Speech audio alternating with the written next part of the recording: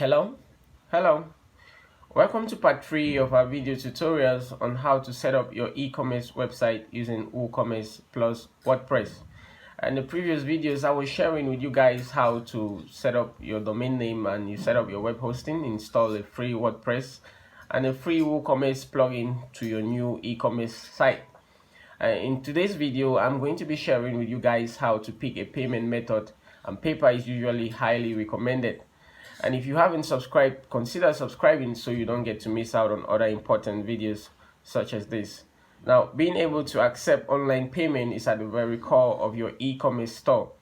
WooCommerce really offers a lot in terms of the available solutions. And here's what you have to choose from. Now, you can choose from PayPal and you can choose from Stripe, as you can see in the pop-up that is showing in the video. Now, you have PayPal standards, you have check payments, you have bank transfers, and you have cash on deliveries.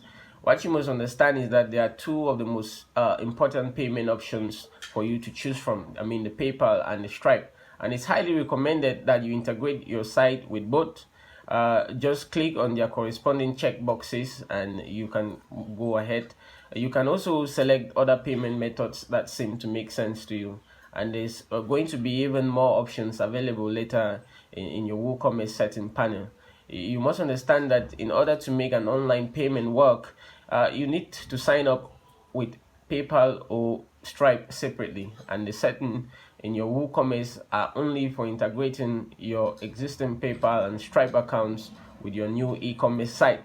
Now again, when you're done, just click continue and that's it. The next step is to confirm with the screen that everything is going on well. And at this stage, your basic site setup is done. And you've just built a blank e-commerce store for your WooCommerce website. And the next step is to add in your products. So in step 4, I'm just going to be sharing with you guys how to add your very first product to your WooCommerce or to your e-commerce website. And to be able to call your store operational, you need some products in your database, or I mean like services, downloads, or whatever you want to sell. And to start working with your products, just go to the dashboard and then click on add products. As you can see on this pop-up, you go to the dashboard, you click on products, and then you click on add products. So I designed everything to be clearer. You can see the red arrow pointing to add products. That's exactly what you're going to see on your own WordPress dashboard. Now, when what you're going to see is a classic WordPress content editing screen, just like what you see on this pop-up. And you can see, I made it in red. You see 1, you have to put your product name, and you see 2, you see 5, 3 is down, you see 4 here, 5, 6. I'm going to be explaining all of this, please. And you see 7 and you see 8. Now, the first one is the product name. The second one is the main product description, and this large field allows you to enter as much info about the product as you wish. Since this is WordPress, you can put not only simple text there, but also images, columns, heading, even videos and other media. Basically, whatever you see fit. Now, the third point, or the third number that you saw on that pop-up, was the central product data section. And this one is where you set the type of products that you're going to be adding, and whether it's a physical or a downloadable or a virtual product. As part of this central sections, you are also going to get tabs for various parameters of the product.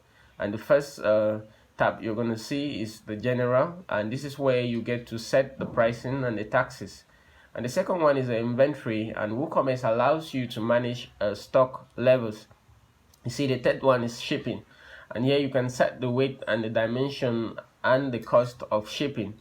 The fourth parameter is the linked products, great for setting up upsells and cross sales and etc. And the fifth one is the attributes. Set custom product attributes. For example, if you are going to be selling t-shirts, you can set alternative colors at this particular point. Now, the sixth parameter is advanced, and here additional settings, they are not essential for you to do anyway. Now, the fourth number that you saw on that pop-up was the short description. You see, the short description, this is a text that gets displayed on the product page under the name, and works best as a short summary of what the product is really about. Now the product category groups similar products together. For example, you have hats. It works just like the standard WordPress category. So if you have been using WordPress for a while, you know about categories. So this should sound easier. And the next is the product category. The next is the product tag, an additional way to help you organize your database of products, and it works just like the standard WordPress tags. And you see the 7 you saw on the pop-up was the product image, and this is the image of the product that you're going to be selling. And the 8th one is the product gallery, and is an additional product image to show the awesomeness of the products that you're going to be selling, or whatever you're going to be selling, maybe services. You see, the first time you visit this panel, WooCommerce will display some handy tool tips to explain what the purpose of each field is. You can see on this pop-up, you say choose product type. Everything is a bit easier and made simple for you to understand. You see, once you're done setting all the above, click on the big publish button, and your first product has just been added. After adding a handful of goods to your database, the purchase or the product section in the dashboard should look something like this. As you can see, the various products you've added. You can see you've added the build dog hat, you've added the deer hat, you've added the dreamer hat, you've added the crane hat. So you see, this e-commerce site is for selling hats, like hats that you can put out when the sun is shining and all the likes. Now you see, in step 5 we're going to be talking about how to choose your theme for your online store. And remember, this theme I'm talking about is free. And so let's just move right on to it. You see, there's a very good reason why we first covered how to add products to your store before discussing the virtual appearance of the entire thing. Quite frankly, without any product in the database, you wouldn't be able to see the individual pages of the store in any representative form. You wouldn't be able to make sure that everything looks right? So now that you have most of your products added, we can make sure that things are in order from a purely visual standpoint. So WooCommerce versus your current theme. Now this is what you see. By default, WooCommerce works with any WordPress theme. All right. So this is a great news, especially if you've already picked your design or you want to stick with your current design. Alternatively, you see, you can go with special WooCommerce optimized themes, and those themes come with preset styles that will make your WooCommerce elements look great. And here's our recommendations for that. Already have a working WordPress website with a unique design? If yes, keep it. Just adjust it to look good with WooCommerce installed. And if you don't have a WordPress theme installed, you can pick a new theme that's built with WooCommerce in mind. You see, the official WooCommerce theme, and the one that's most likely to work properly, is called the Storefront, and the default version is free, and it should be enough to get you going. I'm talking about free stuff here, guys. So like I said, these are times when you don't have to spend thousands of dollars to get this thing set up like we used to do back in the days, to even get the skills that is required to set up these sites. I mean, it's crazy. Back in the days, you will spend tens of thousands of dollars and you will get a site that maybe is not fully functional yet. So like I said, this tutorial is aimed at giving you free stuff here, guys.